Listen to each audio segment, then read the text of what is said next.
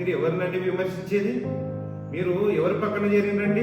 రేవంత్ రెడ్డి గారి పక్కన చేరగానే మొన్నటి దాకా కేటీఆర్ గారిని పొగిడిండ్రు, అదే నోరుతోటి కేసీఆర్ గారిని పొగిడిండ్రు, హరీష్ రావు గారిని పొగిడిండ్రు, అందరినీ పొగిడి ఈరోజు పార్టీ మారగానే అంటే ఒకటే రోజుల ఇట్లా పార్టీ మారగానే మీ లోపల మీ ఆత్మ కూడా మారిపోయి అందరూ ఇక పార్టీలో ఉన్న బీఆర్ఎస్ పార్టీలో ఉన్న నాయకులందరినీ తిట్టడానికి మీకు నోరెట్లు వస్తుంది. అసలు కాంగ్రెస్ పార్టీ వాళ్ళు ఎవరు తిట్టినా కూడా ఎవరు విమర్శించినా కూడా ఒరిజినల్ కాంగ్రెస్ వాళ్ళు ఎంత అన్నా కూడా బాధ లేదు. ఎందుకంటే వాడు వాళ్ళ పార్టీ కోసం పట్టుకొని ఏడ్చింది కాబట్టి. మీరెట్లంటారండి? మీకు మాట్లాడే నైతిక విలువ నైతిక హక్కు కూడా లేదు.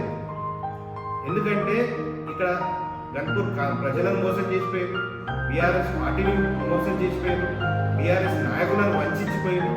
వాళ్ళ కోస మీకు వినపడాలి కదా. ఈరోజు మీరు కాంగ్రెస్ పార్టీ పోయి ఏం చేసి